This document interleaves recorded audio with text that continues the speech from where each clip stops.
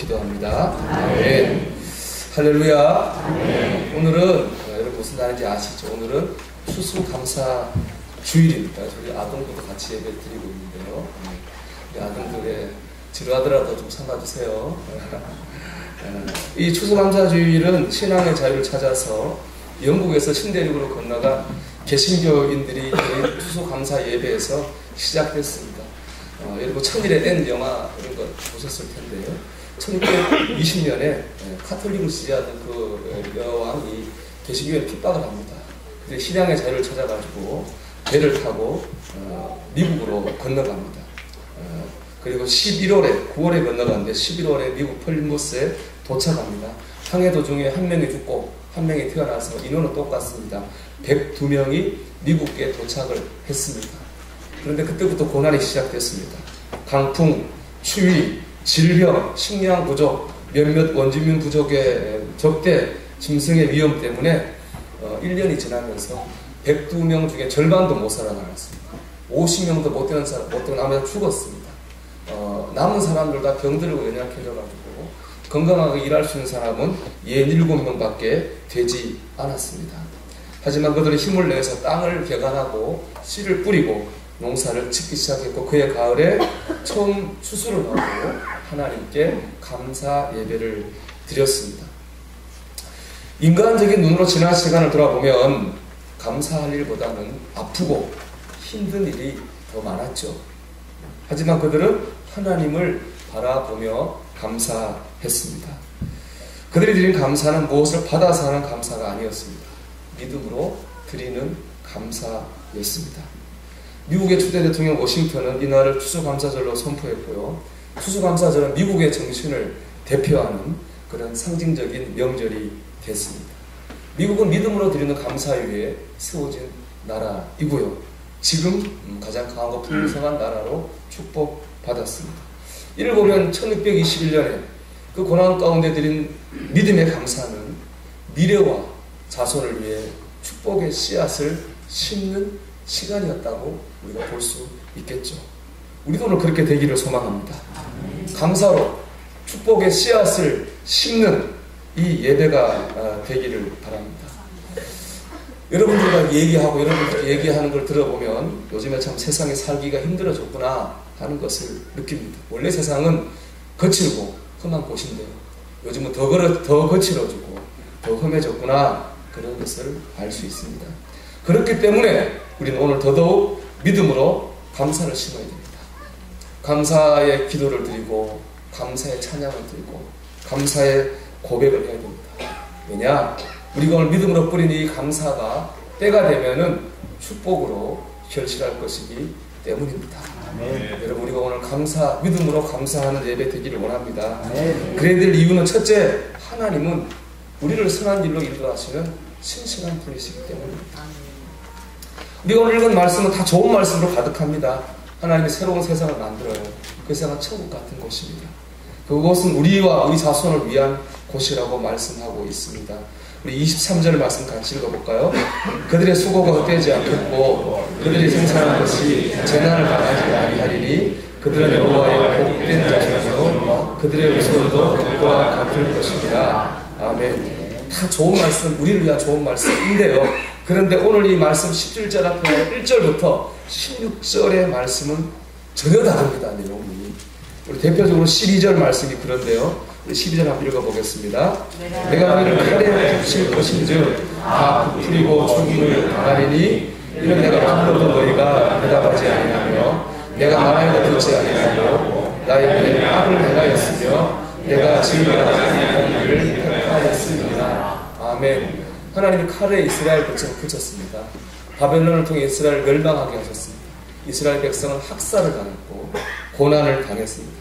너무 어려워서 하나님께 이스라엘 백성이 기도했는데 하나님이 이스라엘 백성의 그 기도마저도 들어주지 않고 거절하셨습니다. 왜냐? 그들이 죄를 범하고 하나님 말씀대로 살지 않았기 때문입니다. 이스라엘 백성은 육적으로도 영적으로도 비참한 가운데 있었거든요. 그런데 우리가 오늘 읽은 것처럼 17절부터 반전이 일어나는 겁니다. 생각지 못했던 은혜가 임하는 거죠.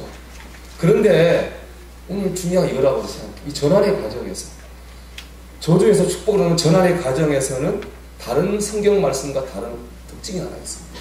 그건 뭐냐? 조건이 없습니다. 어떠한 조건도 없습니다. 다른 말씀, 저주에서 축복으로 넘어가는 말씀은 조건이 있습니다.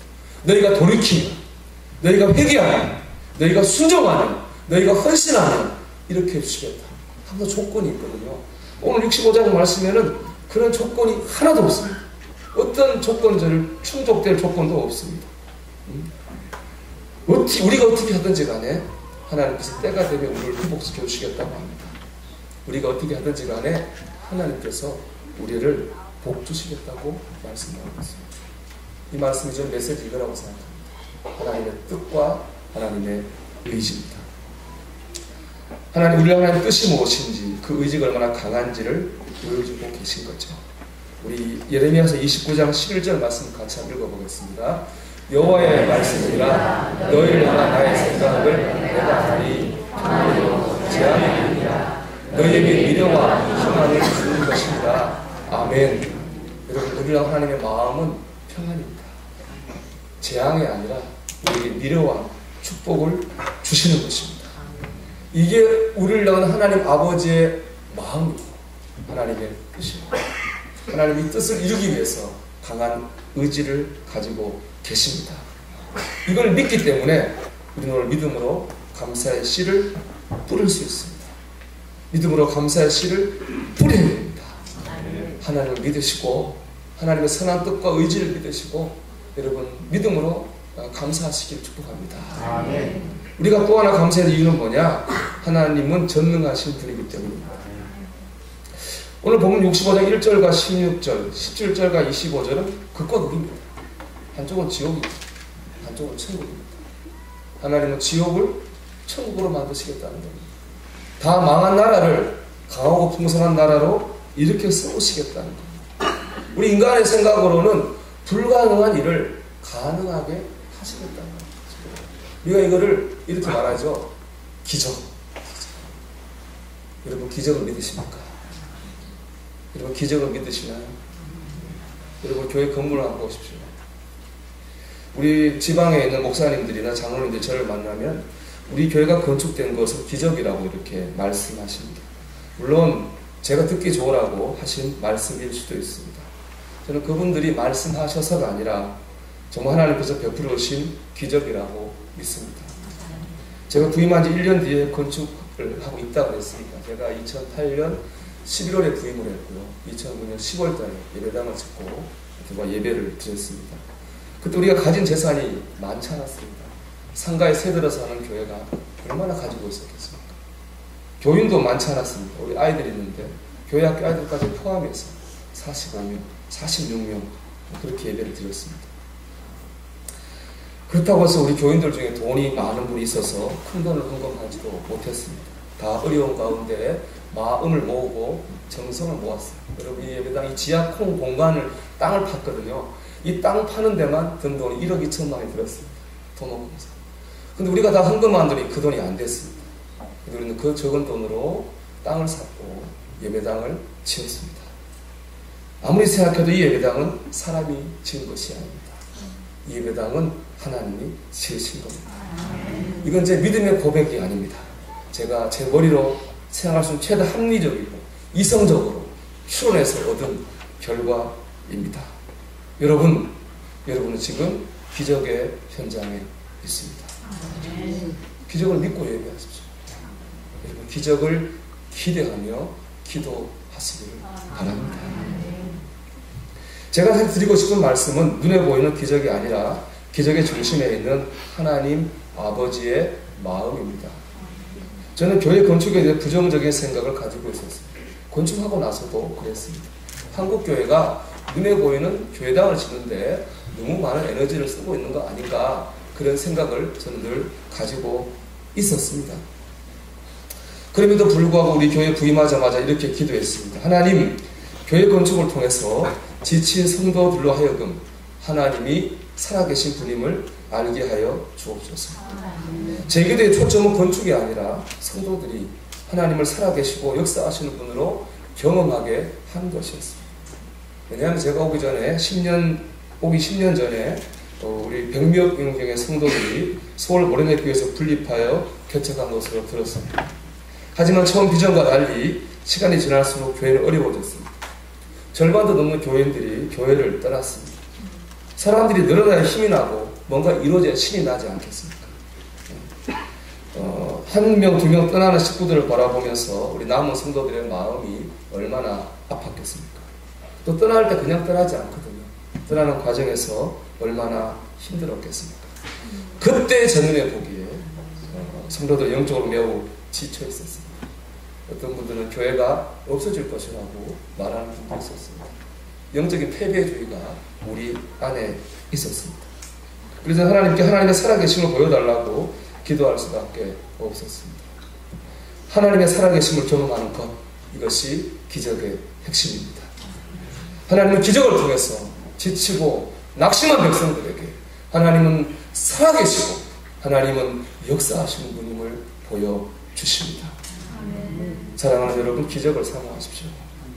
하나님의 살아계심을 여러분 삶 가운데에 경험하게 해달라고 기도하십시오. 더 큰 기적도 있습니다. 만약 여러분이 은혜 가운데서 날마다 하나님의 살아계심을 경험하고 있다면 여러분 이미 더 큰 기적을 경험하고 계신 것입니다. 예수님이 십자가에 죽으셨을 때 모든 사람은 끝났다고 말했습니다. 하지만 하나님께서는 부활의 기적을 통해서 하나님의 영광을 나타내셨습니다. 사도 바울이 죽었을 때 기독교는 끝났다고 사람들 생각했습니다. 하지만 하나님께서는 성령의 역사를 통해서 더 큰 부흥을 이루셨습니다. 하나님은 사막에 강을 내시고 황무지에 꽃을 피우시는 기적의 하나님입니다. 하나님을 바라보면서 그렇기 때문에 감사의 씨를 뿌리시기를 주의 이름으로 축원합니다.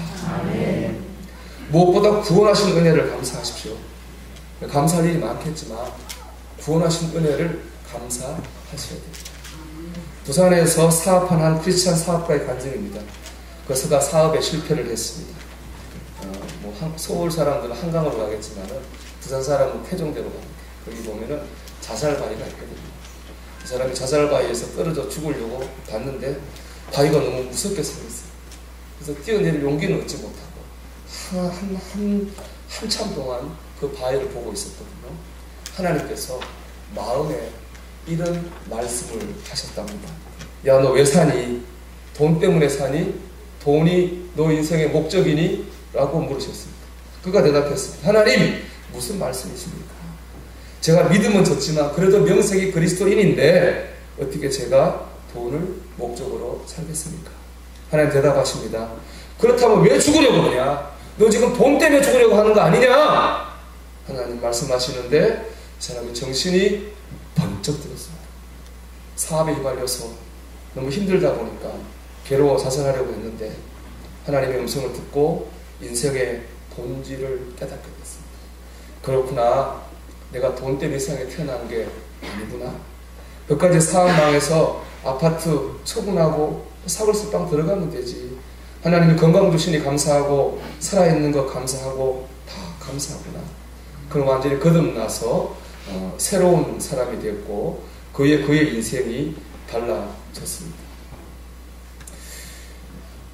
여러분은 지금 무엇 때문에 괴로워하고 있습니까? 경제적 문제? 사람과 사람 사이의 갈등? 상처? 어려운 상황일수록 우리는 본질로 돌아가야 됩니다. 아멘. 기본으로 돌아가야 됩니다. 아멘. 거기서 해결책이 나오기 때문입니다. 여러분은 예수님을 믿습니까? 여기 왜 지금 이 시간 교회당에 나와 있습니까? 믿지 않는 사람의 눈으로 보면 인생은 2생입니다. 하지만 믿는 사람의 눈으로 보면 인생은 3생이라고 하죠. 1생은 어머니 뱃속에서부터 태어날 때까지입니다. 2생은 태어나서 죽을 때까지. 3생은 죽음 이후에 하나님 주시는 영원한 천국의 삶입니다. 신자에게 소망이 있는 것은 우리에게 3생이 있기 때문입니다. 그리스도인의 종착지는 2생이 아니고 3생입니다. 반면 신자가 낙심하는 이유는 뭐냐? 3생은 보지 못하고 2생만 보기 때문입니다. 여러분, 우리에게 이 세상 끝이 아닙니다. 하나님께서 우리에게 예비하신 천국이 있습니다. 그래서 우리가 예수님을 믿습니다. 그러하기에 우리는 어떤 상황 속에 아무리 어려워도 이거 하나만큼은 감사할 수 있습니다. 날 구원하신 주 감사합니다. 아멘. 날 구원하신 주 감사합니다. 이거 하나만큼은 감사할 수 있고, 이 본질로 돌아가게 될 때에 우리의 눈을 가리고 있던 것이 거치고 평안을 얻게 될 것입니다. 현실을 극복할 힘을 얻게 될 줄 믿습니다. 다시 본문으로 돌아가면, 본문은 이사야 예언서인데요. 우리가 예언서를 해석할 때 예언적 원근법이라고 하는 걸 사용해요. 원근법 그림 그릴 때 많이 쓰죠. 가까운 데 있는 산은 진하고 크게 그려요. 멀리 있는 데 산은 희미하고 작게 그리죠. 오늘 말씀에도 보면은 가까운 앞산이 있고 멀리 있는 뒷산이 있어요. 앞산은 뭐냐? 현실로 이루어진 축복입니다. 이사야서가 선포될 때 이스라엘은 망했죠. 완전 어려운 나라죠. 근데 지금 여러분, 이스라엘 어떻습니까? 유대인들이 어떻습니까? 세계에서 제일 강하고 잘 사는 민족 됐잖아요. 하나님의 약속의 말씀, 역사 속에서 축복으로 이루어졌습니다. 앞산입니다. 앞산의 축복 여러분에게 임하기를 축원합니다. 그런데 뒷산도 있습니다. 뒷산은 장래의 천국입니다. 오늘 말씀 보면 분명히 천국이 계시되어 있어요. 25절 말씀 같이 읽어보겠습니다. 이리와 어린 양이 함께 먹을 것이며 사자가 소처럼 짚을 먹을 것이며 뱀은 흙을 양식으로 삼을 것이니 나의 생산에서는 해함도 없겠고 상함도 없으리라 여호와의 말씀하시니라. 아멘. 여러분, 이 땅에서 이리와 어린 양이 함께 먹을 수 있습니까?